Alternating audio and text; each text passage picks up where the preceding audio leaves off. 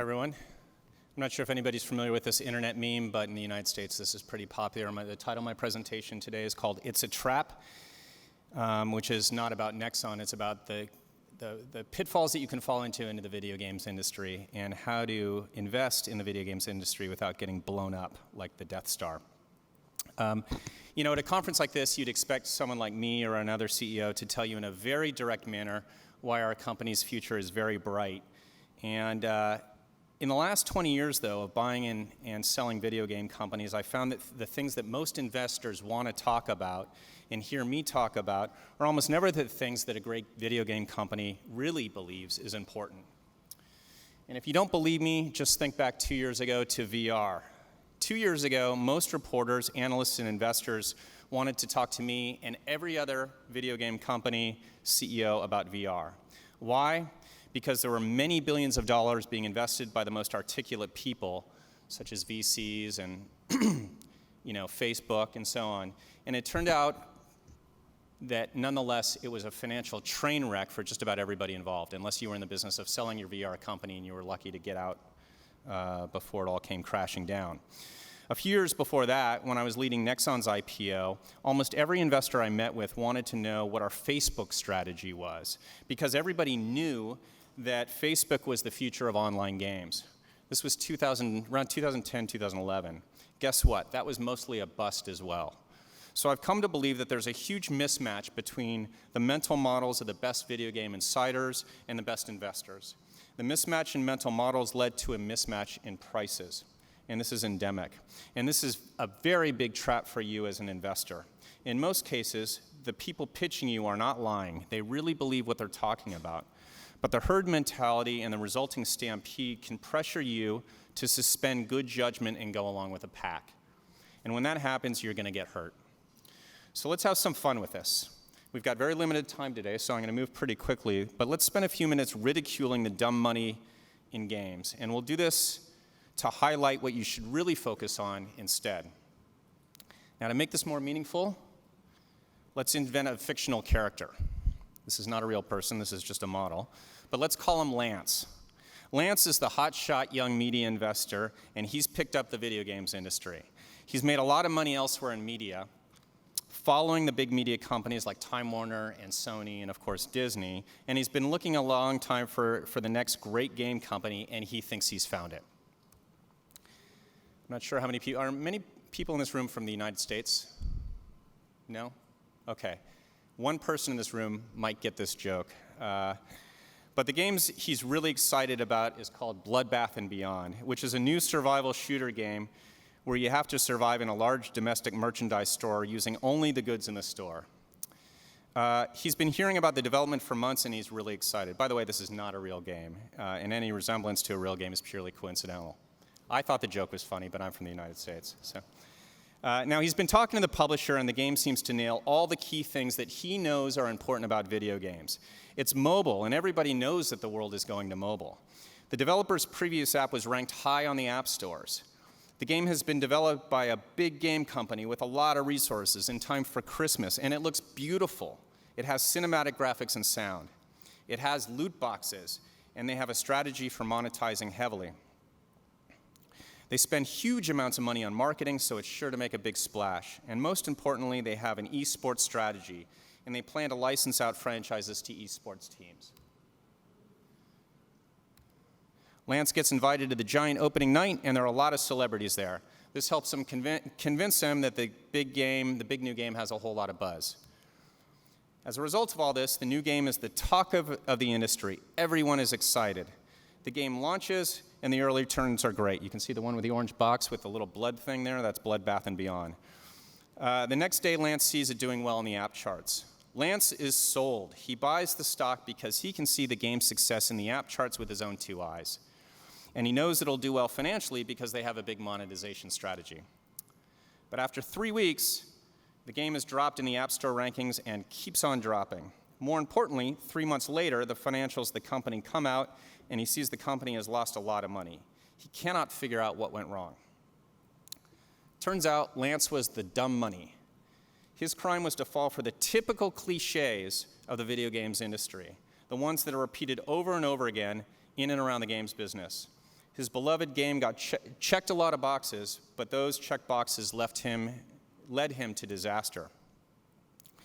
Now, the points in his checklist are really just symptoms of a system of thinking that is persistent and deeply flawed. And these are the 4 traps I want to talk to you about. So in our time today, I'm going to call these out so that I can help you not to lose money in my industry and instead give you the tools to find and invest in great video game companies. And I'm going to do this by introducing you to 4 of the biggest traps that help investors lose money on the wrong opportunities and miss the actual opportunities. And then I'll try to help you navigate into some of the ideas that will actually help you. You should be able to use these new tools across the games industry, and I'll reference a lot of companies that are not Nexon. But in the process, I hope it's going to become really clear why I'm so excited about Nexon's future. Okay, Lance's first big mistake is one of measurement. He thinks that the App Store rankings matter. He thinks this because almost everyone else does. Not just other analysts, but industry people as well. But the problem with the App Store rankings is that they can easily make you think that a company is doing well when in fact it's headed towards bankruptcy. It can make the biggest loser look like the biggest winner. How? Let's go through and let's look at 2 games. Game A is ranked number 9 and is rising on the App Store. Game B, you got to look closely at these numbers here. Game B is boring. It's ranked number 50 and doesn't seem to be moving anywhere. Excuse me, 51, I think that is. I don't have my glasses on. Lance looks at both companies. Which one do you think he's going to get excited about? Game A or Game B? Game A, of course. Game A's revenue is high and rising, and Game B doesn't seem to be going anywhere. But Lance calls up both companies, and he gets a hold of their P&L. And hopefully you can read this. It's a little small, but I'll explain it to you. Revenue, great. Game A is doing great. Game B seems okay too, but it's only half as good as Game A. But let's look at marketing. A little farther down on the P&L. Game A is spending a lot of money on marketing. Game B is not spending a lot. They refuse to overspend their marketing money. If it's not good returns, they just choose not to spend. These guys realize that market share in the games business does not matter. Now, after marketing, platform fees, and all the other costs of making a game and bringing it to market, Game A is losing lots of money, as you can see here. Game B, the boring company, has lower rankings, meaning nobody's really paying attention to it, but they are making a nice profit. Now, obviously, if you care about not losing money, you want to be with Game B. But the market is looking at Game Company A, thinking it's the successful one. So Lance talks to the management of Game B and asks them why they're not spending more on marketing to get higher revenues. Well, their user acquisition head is doing the right thing. She knows that there's an upper limit on spending depending on the retention of the game and on the monetization. The shorthand term for that is called lifetime value. We call it LTV for short. If your effective cost per install, meaning your customer acquisition cost, is higher than the lifetime value, you're going to lose money. It's that simple. So you have to start by focusing on retention. But Lance wants the hotter company with the rising app store, so after blowing off company B, he just starts talking to company A and asks them why it's losing money. And as he digs in, he starts to understand the ugly truth. Think of your acquired users as water flowing into the top of the bucket. You spend money to acquire those new users. But the bucket is leaky, so some of those users are going to flow out of the bucket after a few days. Those that are in the bucket over the month are called monthly active users. Obviously, this is an important number. It's very easy to fill up a bucket that doesn't leak, but it's very difficult to fill up a bucket that's leaky. You keep working harder just to keep the bucket full of people, or the user base full of people. And since customers aren't sticking around much, company B really blows it and pushes them harder to spend money in the game. By the way, that just drives active users away faster. So why would anybody in their right mind pour money into a very leaky bucket? Well, because what gets measured is what gets managed. The answer is that App Store rankings is the one stat that almost everyone is watching. It's the number that's most easily available. It's the way to compare success across video game companies. Excuse me. But if you ignore the underlying drivers, you're highly likely to get sunk. The app stores around the world are littered with money pits masquerading as winners. For those companies, once they run out of by the way, I'm not exaggerating about this at all. This is all true. I've looked at these numbers with my own two eyes when we've done M&A. For those companies, once they run out of money or they get a smarter or more honest CFO and turn off the marketing spigot, the game's rankings drop like a rock. So how do you avoid getting burnt as a public equity investor? To be the smart money, you have to do a little more detective work than merely the app rankings. Don't look for the car keys under the street lamp. Get a proverbial flashlight and step out and look in other places. One is to go on forums. Watch them over time. See what people are saying. If they're in another language, get an intern who speaks that language and track the forums. That's a great job for an intern. Or go to Twitch. Ask people who are playing what they do and don't like about the game. I promise they will tell you live while they are playing the game. Gamers love talking about what their opinions are about a game that they're playing. The good news is none of this is that hard. I know because these are all tactics that we use at Nexon to evaluate companies that we're looking at from the beta onward. So now let's review Lance's second underlying mistake. His second mistake is one of emphasis. He's much more interested in product launches and launch dates than he is in total lifetime success of a product. Our industry remains obsessed with launch dates, even though it's not the primary driver of success in online games. Think about that for a minute. IR departments get asked about them all the time, and they're all over analyst reports. And game companies are penalized if they miss a deadline. Now, it's not that ship dates don't matter at all. Of course they do. But obsession about ship dates distracts people from what really drives success for an online game company. Historically, this focus has made a lot of sense. A decade ago or so, the games industry, especially in the West, was dominated by console. In console days, your revenue line was determined by your ship dates, since your revenue came in the first 1 to 2 quarters after launch. In online games, it's basically the opposite, but old habits die hard. But more recently, the fast follower strategy is possible. And if a game company is just copying other companies, it has to move quick to catch that fashion, even though that fashion doesn't usually last. But maybe the biggest reason is that analysts have to think in terms of stock catalyst. And since game launch forecasts are relatively easy to understand, the product launch date feels like the simplest catalyst. So game execs get this, and they'll actually engage you in a lot of conversations about what their next big game is. But just because they're happy to talk to you about it and you want to hear about it doesn't mean that it's going to help you figure out whether an online game company is going to be successful. To understand why, let's look at the lifetime revenue curve of an online game. Some of you who've seen me talk before have seen me give this graphic before. In the console days and in the early Facebook games and most mobile games, the revenue graph looks like this. You make most of your revenue in the first 1 to 2 quarters after launch. Now, in the best online games, meaning the ones that are sustainable hits, the revenue line looks a lot more like this. It's a little steep. It's usually a little less steep than that. But the secret that everyone forgets is that very often online games start small and they build up over time. This pattern was true of many of the biggest hits in games that you see today. That includes League of Legends, Minecraft, Lineage, the reboot of Rainbow Six from Ubisoft, and of all of Nexon's successful games. So missing a launch date pushes revenue back, but over the lifetime, it doesn't really matter. Forget about Christmas. A good game will live over many Christmases. It'll make much more revenue over time simply by ensuring the game grows consistently. That means that if you're a game company, you really don't want to launch a game before you are sure that you are ready. But long before you launch the game, early in the process, you have to make sure that the core gameplay is fun. If it's not, you need to stop what you're doing until you can really discover where the fun is of the game. Games are not engineering projects. You can engineer a game exactly to spec, and it will still fail. What you have to do is make it fun, and to do that before all the other development and art and sound go into the game. And how do you do that? Well, the key word is iteration. You come up with a short and simple plan, not long, not super detailed, just the basic idea. And then you code it up a little bit. No fancy art, just placeholder stuff.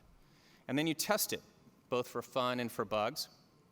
And once you've figured out what's wrong with it, then you update your plan, and you go for the next round. And then you code that up again, and then you test that again. And you keep doing that until you and the people around you can say that they're having really a lot of fun playing the prototype.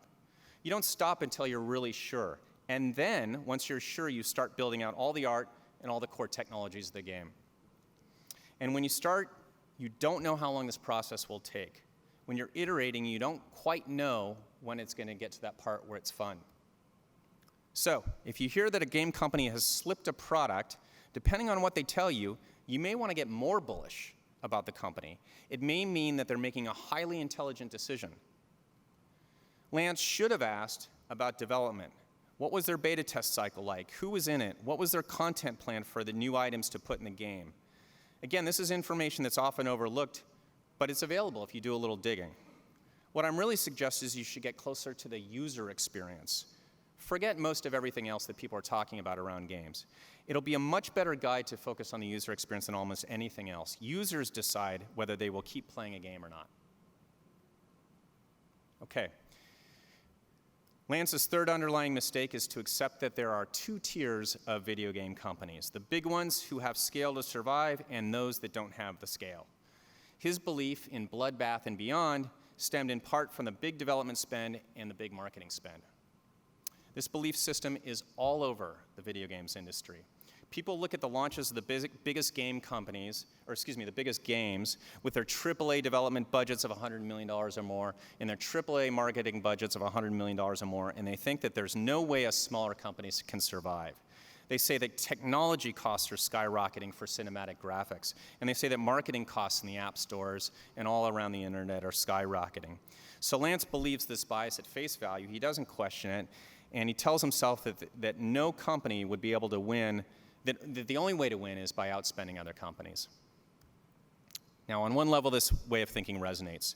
Industrial companies are all about economies of scale. It was true in auto manufacturing a year ago, and it's true in chip manufacturing today. And many software companies over the last 30 years succeeded based on network effects and scale. And even today, it would be nearly impossible to take on a company like Facebook and win. And after seeing this pattern over and over, it's easy to look at a game like Call of Duty or other really good, well-produced AAA game and say that the wave of the future is bigger, that the reason why they're successful is because they're really big and they outspend everybody else. In other words, it's easy to conclude that the little guy has no chance. And there's no shortage of people in the games business who will make this exact case. But it's also wrong.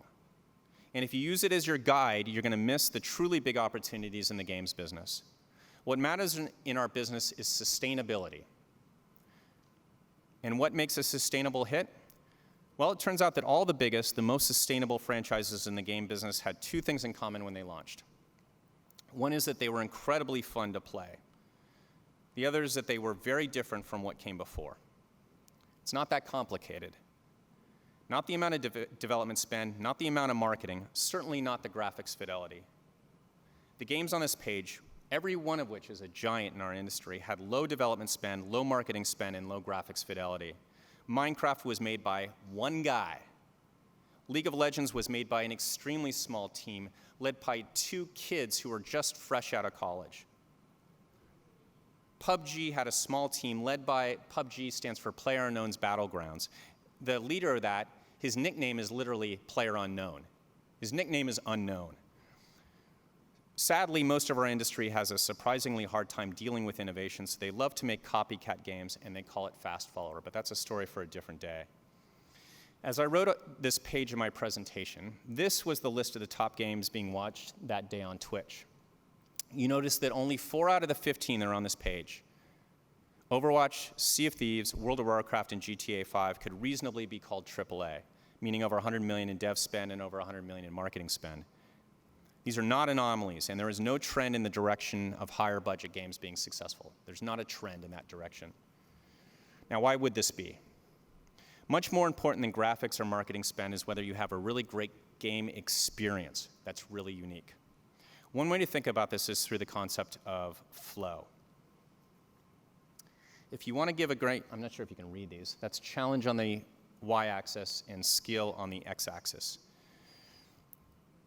If you want to give someone a great play experience, you have to keep them engaged and challenged repeatedly and constantly.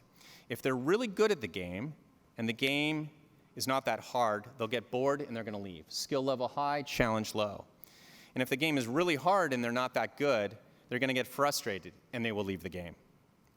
But if you tune the game just right, you're going to keep users engaged. They're going to keep coming back over and over again. This concept is one of the most important ideas in understanding both human happiness and in understanding the games business.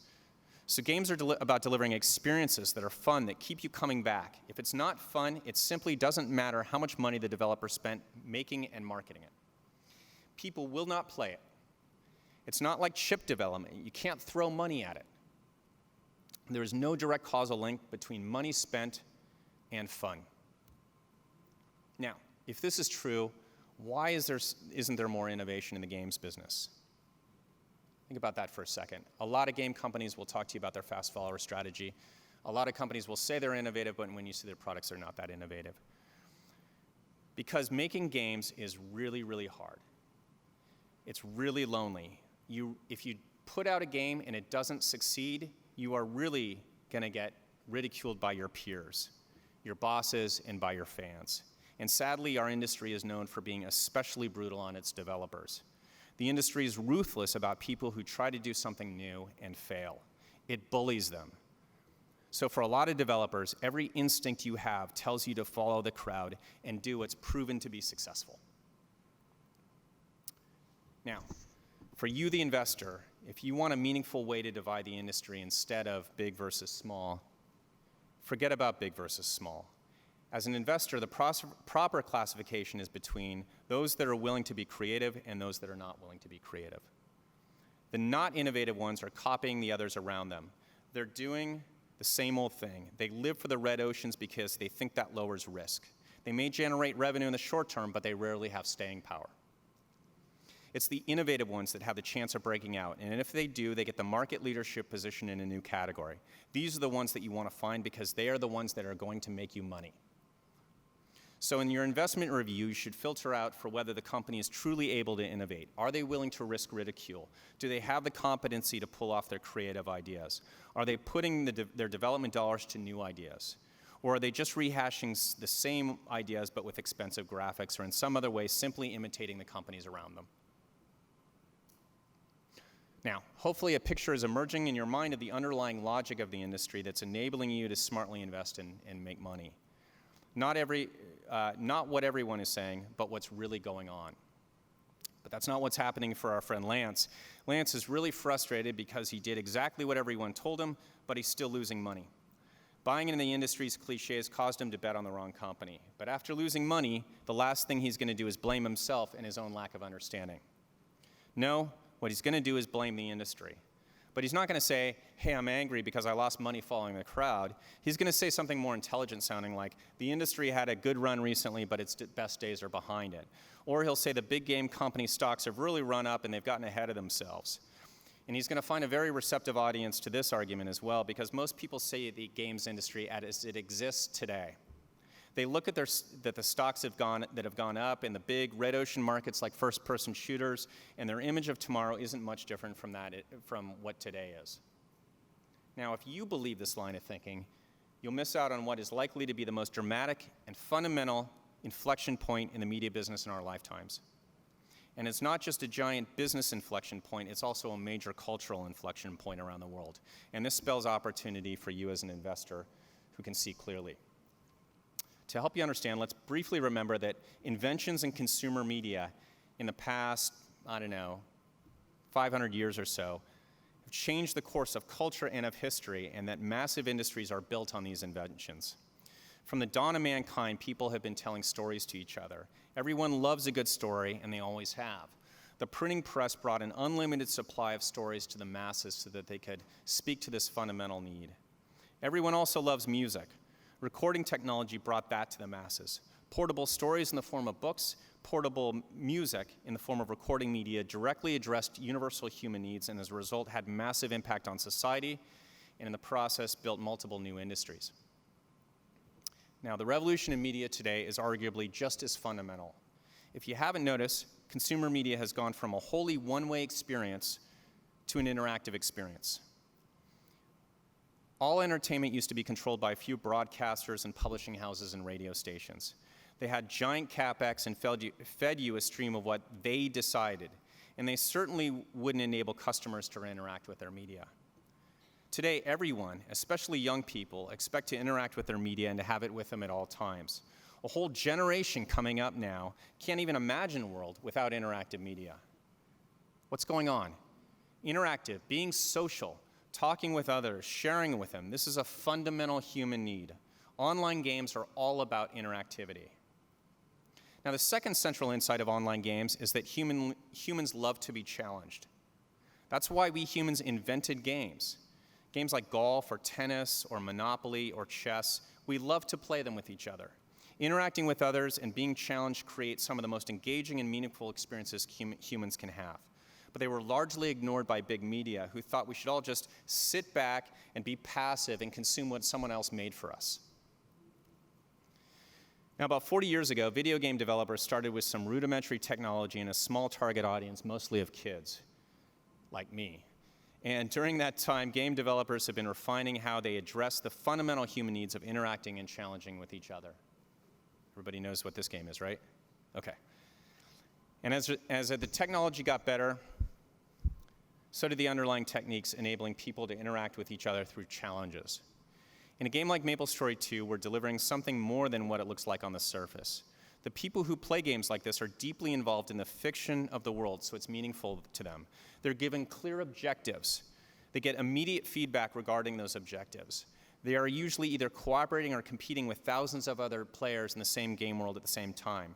And the game itself tunes the challenge to their ability. These are all the elements of flow that I mentioned earlier, and psychologists who study human happiness believe it's the center of what makes us humans happy. In other words, we're directly addressing universal human needs for both connection and for challenge. What this means for you, the investor, is whatever the strides the video games industry has made in the last 20 or 30 or 40 years, we're just getting started. And the target market is not a subset of kids, but everyone. And if you want to see a future of online games, go to Korea. Here's a picture of Nexon Arena in Seoul. It has about 300 events per year. As you probably know, the Koreans really invented esports, broadcasting games like StarCraft on primetime TV for over 15 years. But what's really interesting about this picture is the audience. You may not be able to see it, but if you look closely, what you notice from this photo is that it's male and female, about half and half. It's young and it's old. Everybody plays video games, and hardcore video games in Korea. Online games took off in 1994 there, way before the US. So there's a whole generation of people who grew up on online games that are now well into adulthood.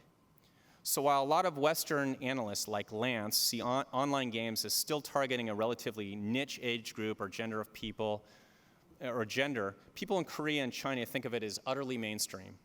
I'd suggest that the same sectoral shift is coming to the rest of the world, and we're headed to a world where almost everybody plays deeply immersive online games. And now it's not limited to PC or consoles stuck in your living room. Access to deep, immersive online worlds is now in your pocket. New mobile devices with console-grade GPU and high-end networking chips mean that you can interact with your deep online world at the same time, all the time, wherever you want. And these are becoming cheap and ubiquitous around the world. Everybody's going to have these devices shortly.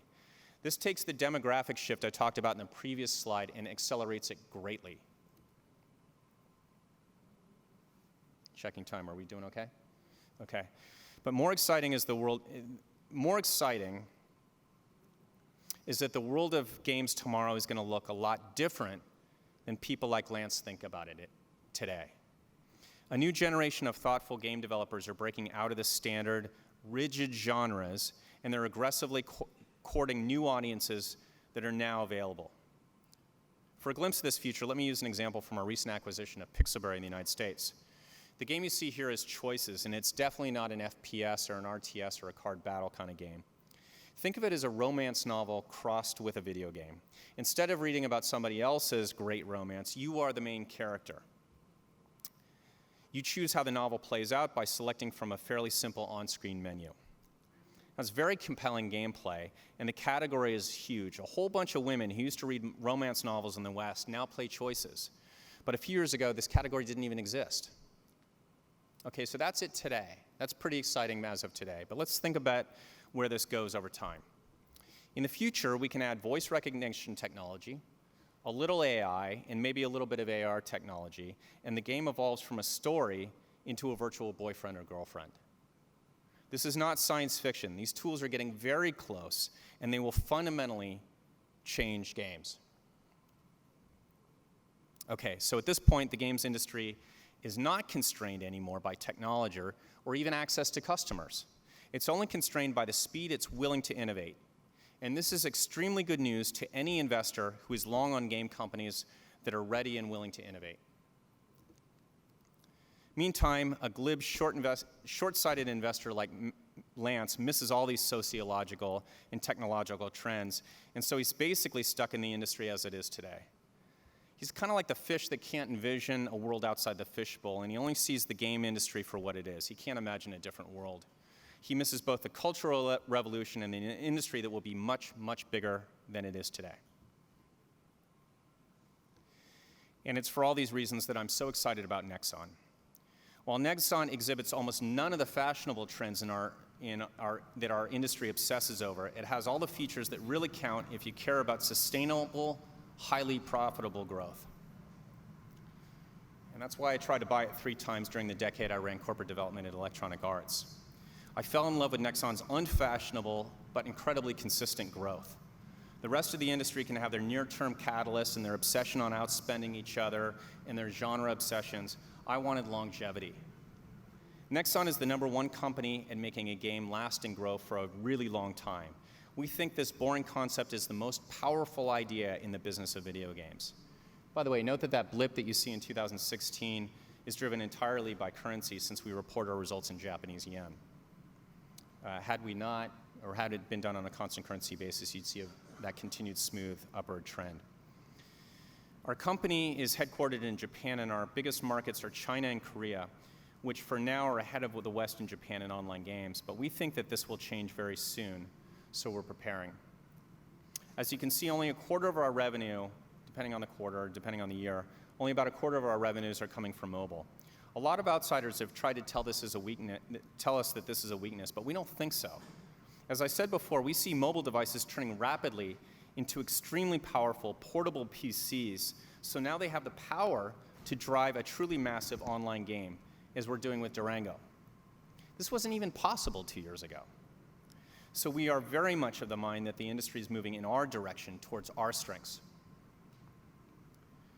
Now, a lot of people don't recognize this, but Nexon owns some of the biggest intellectual property in the video games industry. MapleStory is now 15 years old. During the IPO roadshow in 2011, the #1 question I got, meaning every meeting during the roadshow, and oftentimes the first question was, gee, MapleStory and DNF are really old, so they should probably go down soon. When do you think that happens? Today, MapleStory is a lot bigger than it was in 2011. Today, DNF, Dungeon Fighter, is 13 years old and nearly 3 times as big as it was during the IPO. It's generated well over $10 billion in life-to-date gross revenue. Now, let's put that in some perspective. The largest movie franchise of all time is Star Wars. It's generated a little over $9 billion in life-to-date box office revenues since it launched in 1977.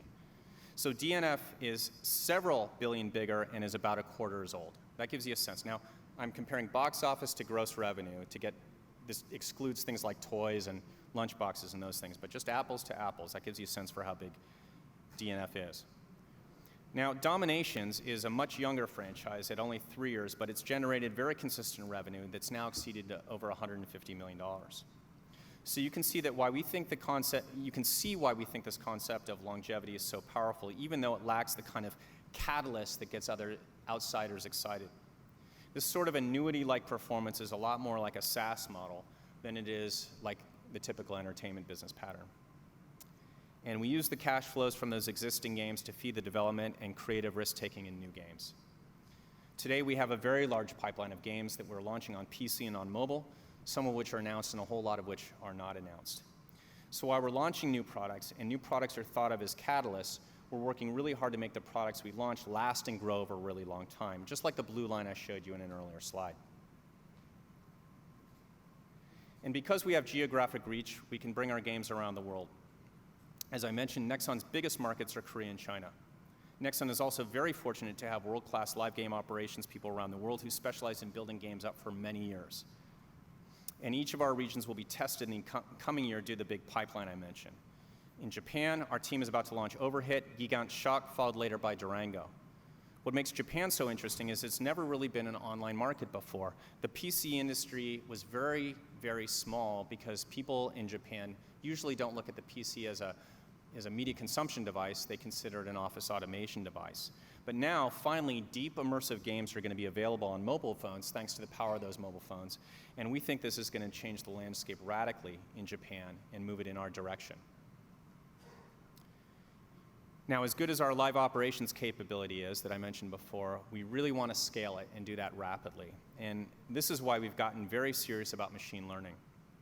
For several years, machine learning has been at the core of Amazon's shopping experience and Netflix recommendation engine. Of course, Uber and Google would very much like to put it at the center of a transportation network through self-driving cars, but it hasn't really impacted online games yet. But at Nexon, we're implementing it, and we think it's going to be a force multiplier for how we operate massive virtual world games. Today, it's very much of a craft how you operate games, and we think machine learning is going to accelerate this very greatly. Okay, so let's conclude. Let's return briefly to Lance and his mistakes.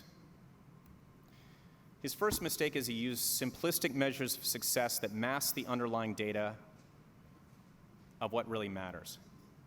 And he used metrics that can and are manipulated regularly. What he should have done, and would have given him a lot more success, is if he just dug a little deeper to get the numbers that actually measure success. The data is not easy to get to, but it exists, and it has the benefit of actually being valuable. Second, he obsessed about the launch timing as a measure of opportunity, rather than whether the game was fun, and in the process, he ignored the real measure of success, which is longevity.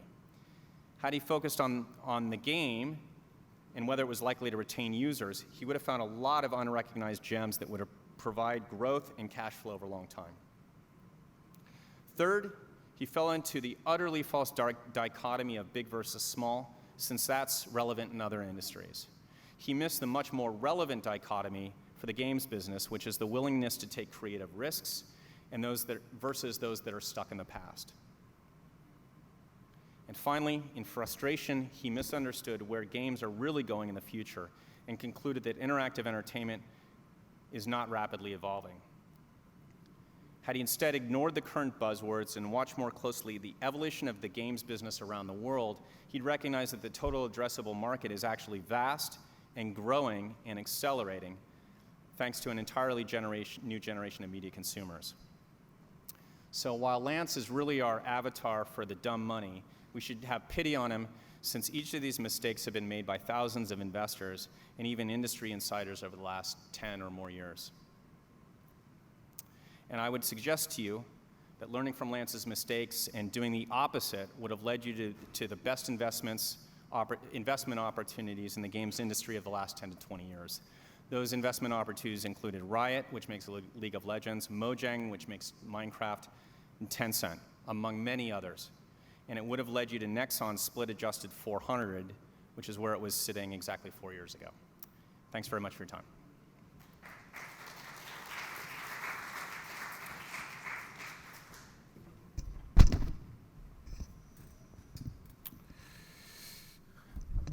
Great. You should sit over here. Oh. That's okay. Yeah. Well, We'll look it's like the mic this. issue. So appreciate the presentation. You touched upon machine learning, so I kind of wanted to address two aspects of it. One, how does that, or can it financially impact your business, and can you just walk us through maybe some examples? The second one, do you think there's a way to systematically increase the likelihood of a game success by figuring out, reverse engineering what fun means through data mining or data analysis? So let me answer the second question first. I think the problem with the second question is it presumes you can systematically figure out whether art has value. And it's like all art. You kind of have to experience it to decide whether it's fun. It's like I wouldn't be able to come up with an algorithm for what made, I don't know, I saw the movie American Hustle last weekend, and I thought it was hilarious and really well made. I wouldn't have been able to come up with, I don't think anybody would presume to come up with some analysis for what made it so good, like it's got great acting, and you know, they'd say general things like it's got acting and storyline and those sorts of things, but in the details it would be very hard. And your first question was about examples of machine learning. So again, I think it's really interesting. You know, when you look at Amazon, if you noticed, what it shows you, presents you in the morning is very different than what it shows you in the afternoon, because it knows it watches your patterns over time, and it knows that you tend to buy different things. You may buy more books in the evening and more household goods in the morning. And it's always been a big, not always, but you know, in the last several years, it's been a big part of their strategy. It's never really hit the games industry, but think about where it can be used in games. It's pretty substantial. So let's say we're all in the same game world, and Han-Jun is getting a little bored with the game, and he's probably going to leave the game in the next month or so. Han-Jun will display certain activities or certain patterns that are sort of a tell that you're probably going to leave the game. And we can watch these over time, and a good live game operator will be able to clue in on these and make sure that the systems spit out a report that shows players that are exhibiting that sort of behavior. Well, a machine can do that a lot better, and test different ideas for what the real pattern is. And then it can also test, maybe we give you a little bit of a buff of some sort, or a little bit of some sort of good, like a new sword or a new pair of tennis shoes that are red because you've shown that you like the color red. It can try all those things out on you very rapidly and see what works. Today, that's all done by humans. It's very much, it's a hands-on job, but a machine can do that very rapidly and across all user bases. So that by itself is pretty exciting. But the other trap that you get in on that is if the game company gives Han-Jun in this virtual world a buff of some sort, even if it's small, it changes the dynamic for everybody else in the room. So I was talking about challenge before with flow. It makes your experience possibly too easy, and everybody else gets frustrated. In that case, both you and a lot of other people in the game world will quit. So you have to be very careful when you're doing this, and this is one of the reasons why we keep talking about live game operations being so hard, is getting that right is its own art form. But a machine can do that a lot, and so we think we can teach the machines how to do that.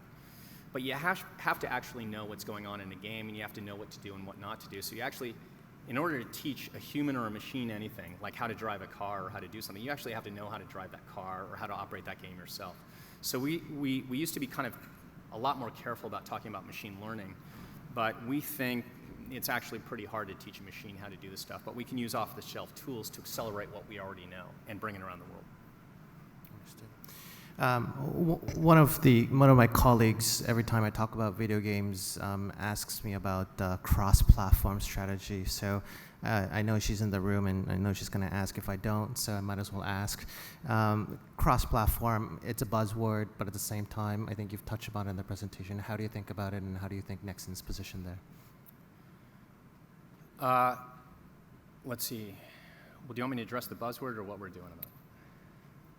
What you're doing, okay. I think is more important. So, look, our overall view, as I said, is that we think that that all platforms are sort of merging over time. You know, 2 years ago this wasn't true, but really it's the advent of the iPhone 10 generation, where you've got a GPU and a networking layer that can really render in the same game world at the same time, you know, a whole lot of people, and you can almost sort of mimic a PC experience, and I think that's going to change video games massively. As a video game developer, we kind of don't care about what platform ends up being the main platform. People are very obsessed about, hey, the PC business is going away. By the way, it's not at all. It seems to be going in the opposite direction. But even if it were, as a game developer, that's a big topic for a platform provider and even for a tools provider. But for a video game provider, we're just going to be where the customers are. And so we think that this is really exciting, because it's showing the fact that more people are playing cross-platform, because it's just showing where the world is going. And I'll give you a quick example. 2 weekends ago, I was playing, you know, a lot of people are playing Fortnite, and I try to play everybody else's games, including Nexon's games, but I was playing Fortnite, and my 14-year-old son was playing, and he invited me to his clan, and so I was playing with a bunch of 8th graders for several hours over the weekend, and luckily they let me in, but they didn't let me in after that day because I'm not good enough. But 3 of the kids were playing on a mobile device, and the rest of us were playing on PCs. I'm not good enough to play on a mobile device, so I was playing on a PC. But we all had fun, and it was just kind of didn't matter. And I think that's where the industry is really going. So we think that's important. Now, you oftentimes don't have a strategy to address it other than to just go where the world is and where the gamers are. Maybe I'll open it up to the floor for any questions. the gentleman in the back. Hello. So one of the most fundamental changes in the industry, or at least the way people spend money in the games industry, is with microtransactions. And this is obviously a great way for the companies to make money. But it's certainly drawn the ire of both the users and especially of the gaming press. And Electronic Arts has seen a huge amount of negative kind of criticism and somewhat significant reputational damage as a result of this. What's your company's view on microtransactions? Are they here to stay? Do they represent the future of the industry? Well, we could spend all day talking about it. Most people don't recognize this, but Nexon actually invented the microtransactions business. And sometimes I've said this publicly and people have shouted me down and said, no, that's not really the case. But it really is the case. It was in a game called Quiz way back in the 90s. Quiz was a subscription-based game in Korea, and it was failing. And so we decided to just give it all away for free. And then the monthly active user number went way up. And then as an experiment, we started to sell certain items that were kind of fun to buy, but they didn't have any impact on the game. So we sold hairstyles and lollipop that you put in your mouth, so while you were getting quizzed, you sort of looked like you were cocky and you knew the answer to the question. And this really took off, and over a period of a couple years, we started transferring all our games over this model. But why I tell you that story is not to establish something that happened a long time ago, that we were the pioneers. But why I tell you that is, it came about not as some sort of strategery for how we're going to make revenue grow. It started off as playful experimentation.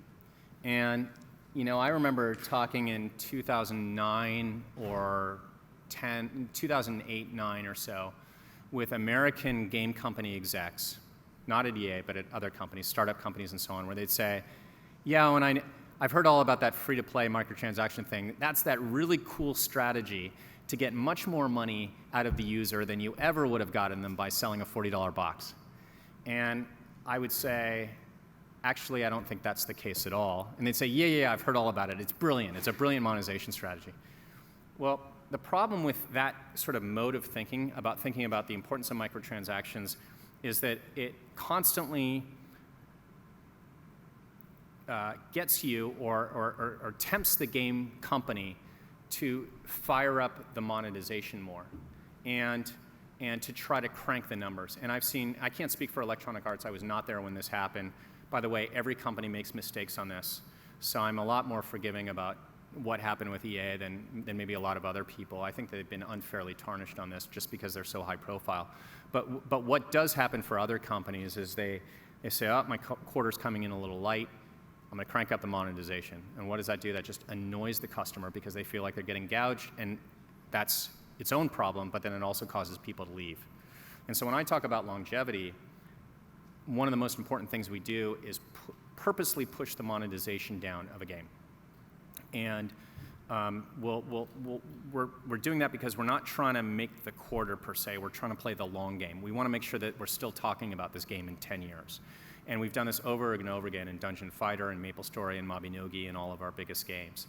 And it's very much at the core of what we do. And we think that there's a real disconnect between what some of the newer players in free-to-play have done and what the more experienced companies have done. Now, that's not a comment at all on Electronic Arts. I actually think that they're taking a much more nuanced and subtle approach to it, and I think they're very smart people. But I'd say that in terms of your questions for the larger industry, it's important to keep those two ways of thinking separated. I hope that answers your question. Just one last question from the front.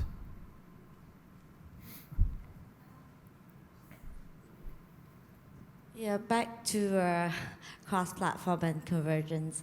So, I mean, you touched on, PC and mobile, but, how about actually, as we kind of converge further with console, do you not think that the console guys in this, I guess, new era are going to be a lot better positioned than, any of the casual gaming companies out there, simply for the potential investments that you have to make, etc., and the console guys in this, generation of convergence are probably going to be, kind of at the forefront of, where the entire industry potentially could go. Do you mean console developers or console platforms? Yeah, console developers. Yeah. Yeah. Well, remember, there's different parts of the video games industry. One of them is around online games, which mean typically massively multiplayer online games. And then there's kind of single-player games. And a lot of the console companies have come out of that single-player, or maybe 2 or 3 people in the same living room. They've come out of that history. And I think that there will always be a market for single-player games. I like playing a lot of single-player games myself, and so they're well positioned to the extent that there continues to be games like that. But what really excites me is connecting a lot of people together. I think that is once you've gone through the story, then the question is what's left. And a lot of games are very much based on based on stories, and a lot of those story-based games are on consoles. What interests me much more from both a business perspective and a creative perspective is living in this virtual world where a lot of players interact, and where a sociology develops, and where an economy develops. And those games can go on indefinitely. Again, Dungeon Fighter is continuing to grow. MapleStory is continuing to grow. These are games that are well over a decade old. And we've done that by just making these worlds bigger and bigger and bigger. So they act as almost a virtual, sort of a second reality, a second simulated reality. And that's how sort of game nerds have thought about them traditionally. But this is going to a broader market. And I think that's a very exciting vision for the future. Some companies believe in that future. Some companies don't. I think that the companies that believe in that future are going to be very well positioned. In the interest of the time, that's still the final questions. But thank you very much, Owen. Thank you very much.